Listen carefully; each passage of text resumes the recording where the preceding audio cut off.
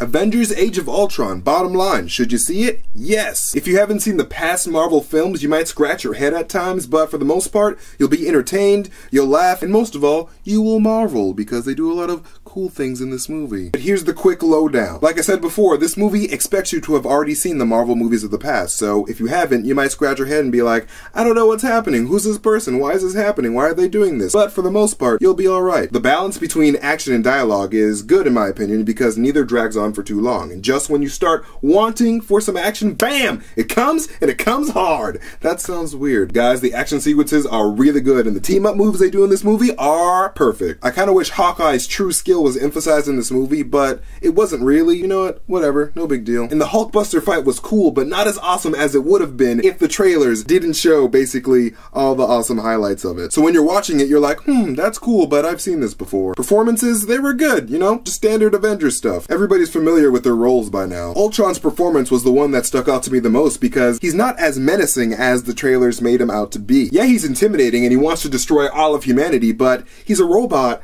with a personality. He's funny, and you actually start to like him a little bit. Quicksilver and Scarlet Witch were good, but their accents, not good. Especially Elizabeth Olsen's. I was not convinced. Hawkeye and Black Widow's characters get a little bit more fleshed out, but not by much, which is fine because it's an Avengers movie. And Hawkeye definitely gets a lot more personality. And as far as Ultron and his motives go, the way he goes about them make no sense. You sit there in the movie theater like, okay, so you want to exterminate the human race, why not use the army of murder bots that you have? Oh, you don't want to do that? Alright, that's fine. Like, why? You make no sense, Ultron, but you're still cool. Tony Stark's motivations are a bit contradictory, especially if you remember the ending of Iron Man 3. You look at him like, oh, you made more Iron Man suits after you told your girlfriend that you destroyed all of them.